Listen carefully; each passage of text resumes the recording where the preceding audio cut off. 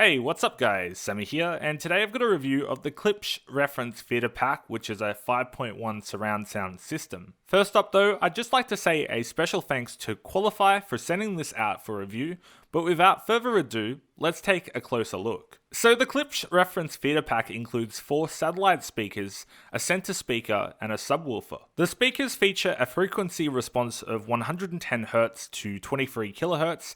They also feature a power rating of 50 watts continuous usage, or 200 watts at its max peak, on the satellite speakers, and 75 watts continuous usage, or 300 watts at its max peak on the center speaker. Design-wise, the speakers come in a quality plastic construction in this black design. You'll also find each speaker features a LTS tweeter and spun copper injection molded graphite woofers. You'll also find a removable front grille cover which you can use to protect your speakers from dust and improve the look of your setup depending on your liking. On the back of the satellite speakers you'll find a keyhole with that 1/4 inch x 20 threaded insert, whilst on the center speaker you'll find a dual keyhole with that dual 1/4 inch x 20 threaded inserts for mounting. Lastly, on the back of the speakers you'll find those spring-loaded binding posts.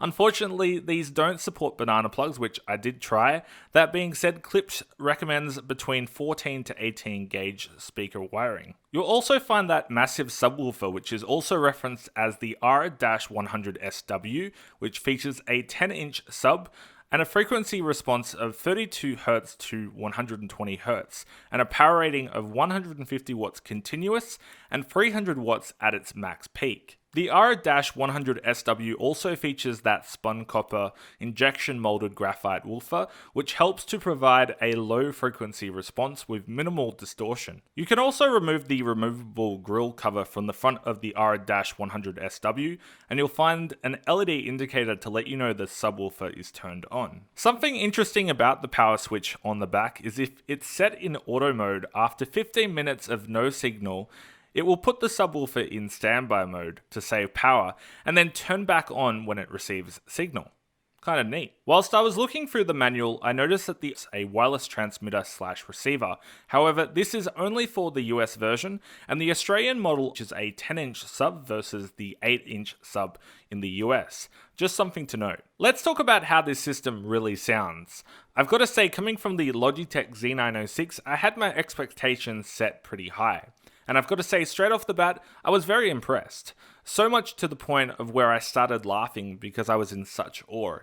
It was truly a whole new experience for me. So now that I've had some time with the system, yes, it's become sort of the norm, but I'm not taking away from that experience. And I'm still very impressed, especially with its rich bass tones from the R-100SW. You can really feel the bass from the floor, especially in action-packed scenes, and it literally shakes the windows in my office. That's how powerful the subwoofer really is. The system, when paired with the Denon AVR-X2600H, really delivers superb performance and offers just the right amount of clarity in terms of mids to highs with those great low ends. Music not only sounds amazing on these speakers, but movies are really where it shines, and you get those cinematic experiences. There's a particular scene in Star Wars The Last Jedi where Vice Admiral Holdo launches a ship at the enemy at light speed, destroying the enemy ship, and the shockwave of sound that follows is where I found the R-100SW really takes center stage. You can really feel the build-up to its impact and the extensive effect that follows through, where it literally felt like the room was shaking. It's an amazing experience that you have to experience for yourself to understand,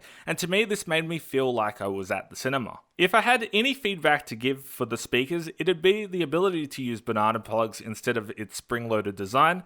That would have been nice, as I recently upgraded my speaker wiring to 14 gauge, and I'm using banana plugs in combination with the Denon AVR-X2600H to keep my setup organized. That being said, the Klipsch reference theatre pack delivers a powerful punch with its incredible soundstage, and whilst I wouldn't consider myself a true audiophile, I can appreciate the extent of this home theatre package. So who would I recommend the Klipsch reference theatre pack to then? I think if you're just getting started with your own home theatre setup and you want an all-in-one system, it's great, but you will need an AVR, and that can also set you back a bit as well. There is also the point that you might be better off buying the best speakers that you can afford at the time individually and build up your home theatre over time. Personally, I think these speakers though fit really well within my space, and its soundstage is a huge upgrade for me going from the Logitech Z906. But that's going to wrap it up for my review of the Klipsch reference theatre pack. Please note all the opinions in this video are my own, and nobody saw the video before it was published. Anyways, hope you guys have an awesome day, and I'll catch you in the next one. Peace.